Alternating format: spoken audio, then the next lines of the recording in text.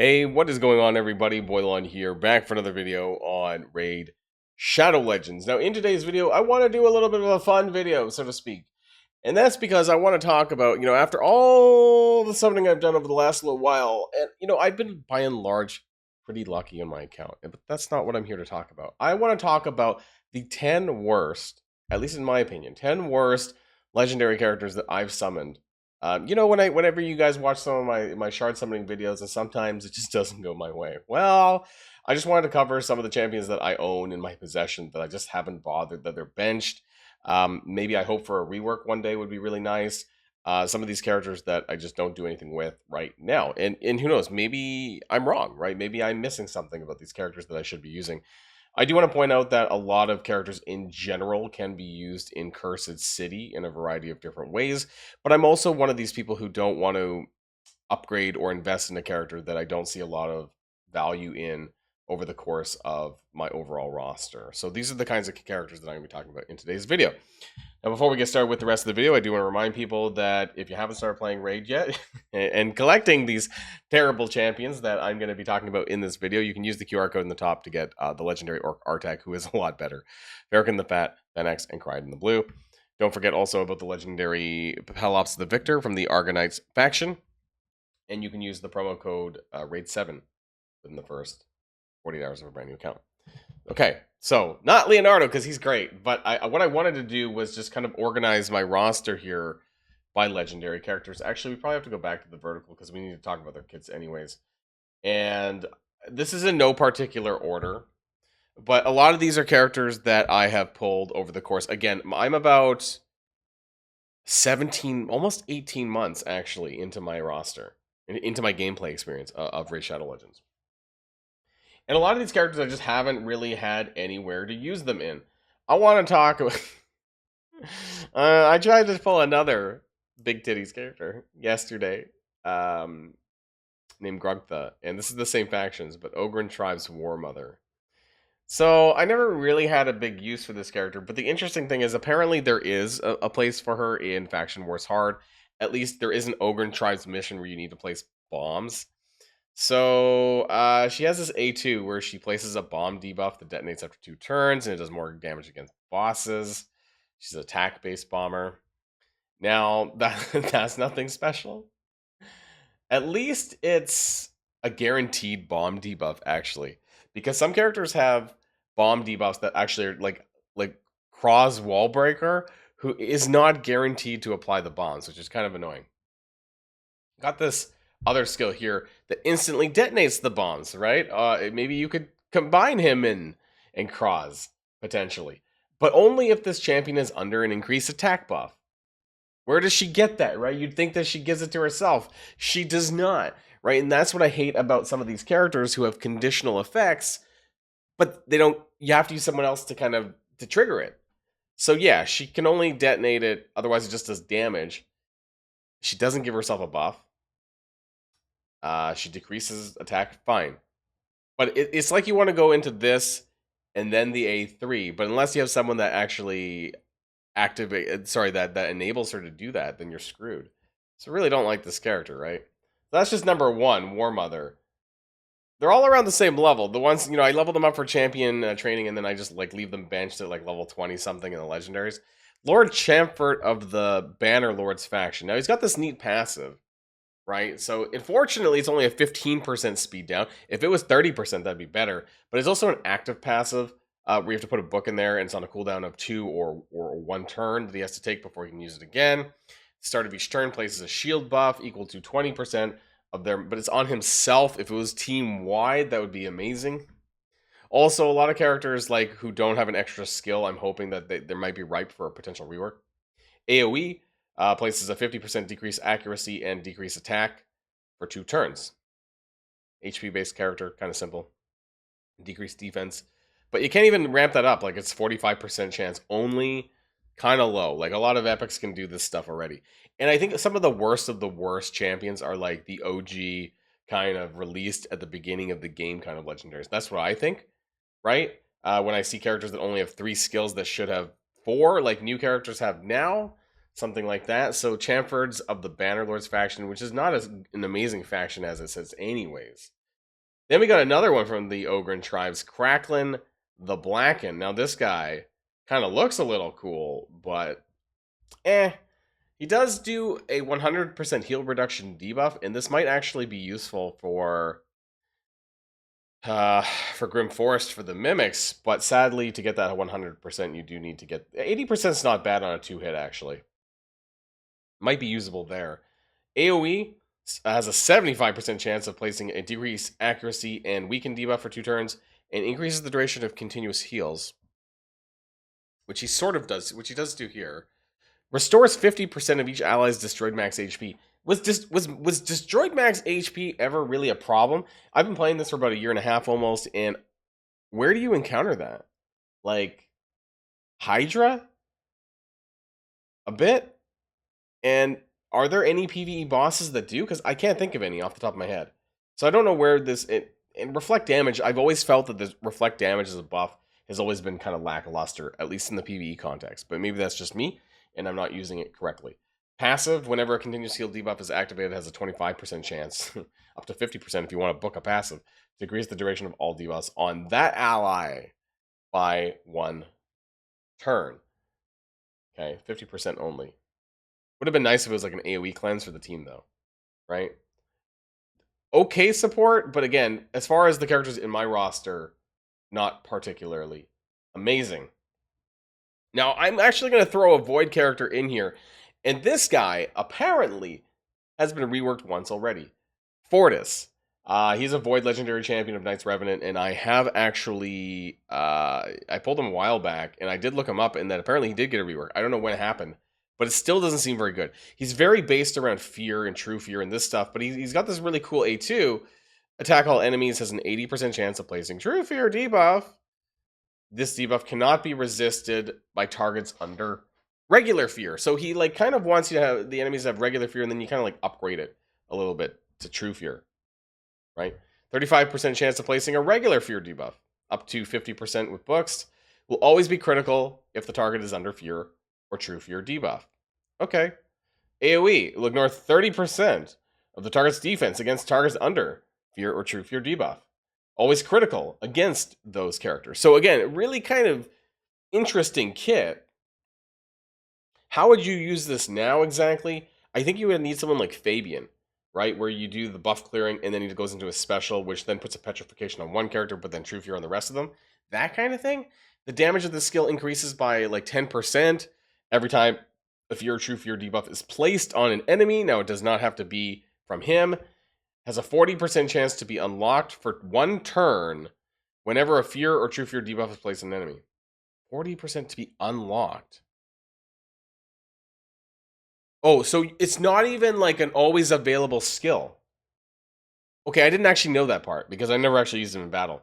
But everyone said he's kind of terrible. So it's not even available all the time? And his passive, which has an active element, increase the chance of the enemy skills failing by 15% when they're under fear or true fear. That's kind of interesting, right? That's nice. Because you go from a 50% to a 65%. But it's like, and that's a passive, which is fine. Prevents his champion death on 1. Preventing champion's turn meter. Has an 80% chance of placing a fear debuff on all enemies for 1 turn. Right? And then places a sleep debuff on himself. And it cannot be resisted or blocked. Like, it's just this guy.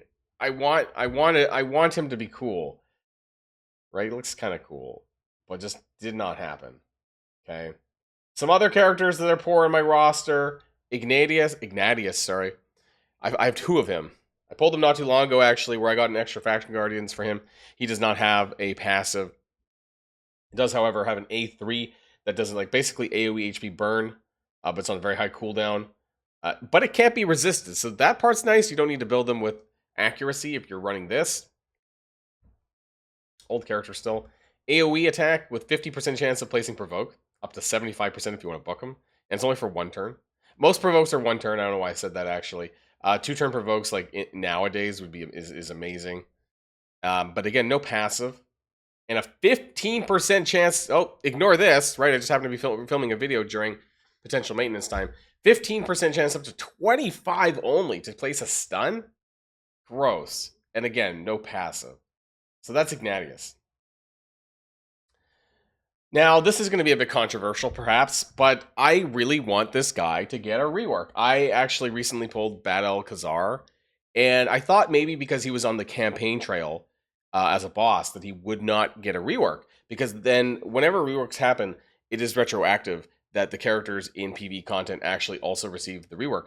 But apparently, the boss version of Bad El Khazar is a void character, so maybe they're programmed differently where this could still happen. Now, he has a really cool AoE A1, right? And it heals champions and all allies by the damage inflicted. It's pretty nice. You could actually set this up with the stun set for faction wars, that kind of thing. And he's got an AoE cleanse, which also isn't terrible. Continuous heal and poison debuffs. And his passive, it's not bad for like early Demon Lord and things like that. Inflict 20% more damage under targets under poison debuffs, but he's only got 2 skills. And I really like characters to have 3 skills. So can we get a rework for Bad El Khazar and give him an extra skill? That would that would be really nice. Or a second really powerful passive, something like that, right? Would be really fun. Scartosis.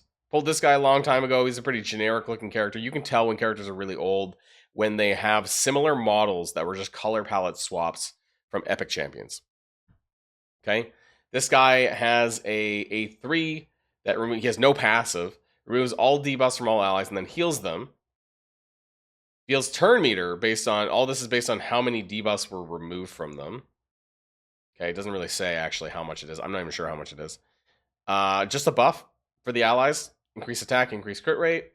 And an AoE A1 that has a small chance of stealing a buff. I do like AoE A1s because like if you're really hurting in faction crypts, then you can still put them behind a stun set and like this might do something. But again, lacks a passive. Interesting 33% dungeon speed aura, which is quite a lot actually. But yeah, haven't used this character. Also have Alton, another one of those color palette swap characters from the Barbarians faction. Has a passive, but doesn't have an A3. So revives a random ally with 30% HP every time he kills an enemy. Reset the cooldown of his skills if he kills an enemy, and all allies are alive. Attack one enemy, 60% defense buff on all allies for 2 turns, and a shield buff. If it kills an enemy, if this skill kills an enemy. And then a 60% chance of placing a 50% decreased attack single target. Alton.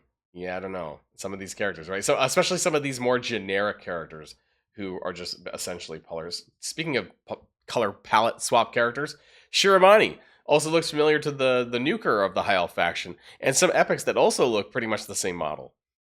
Now you might have run into her in Grim Forest as a boss, actually. So she can do an AoE attack that places a freeze debuff, right? And then you probably know this skill just because if you fight her in Grim Forest as a boss, she heals herself like a shit ton, and you can't really control her when she's a boss. Heals herself basically for 50% and other allies by 20% of their max HP. So in Grim Forest terms, this is actually a lot of healing, and so there's a lot of that going on.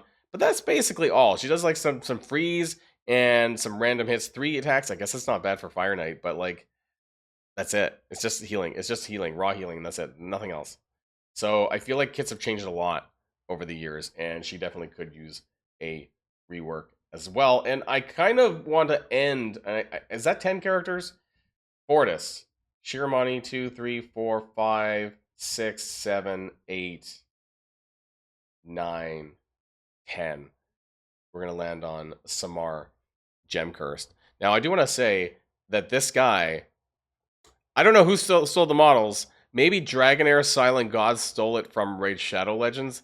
This is another kind of Asian gacha game that had a character model like 1-for-1, basically this guy or this style with these green cursed gems. They had a whole line of characters in that game actually that were based on that. But anyways, don't use them.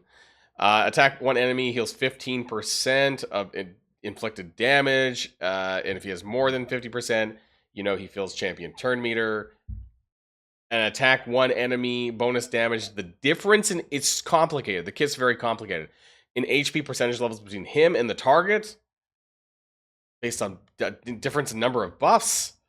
AoE can steal random buffs, and then has an extra hit on enemies that have any buffs left. Lots of books. Good God. Look at all those buffs. Seven books here.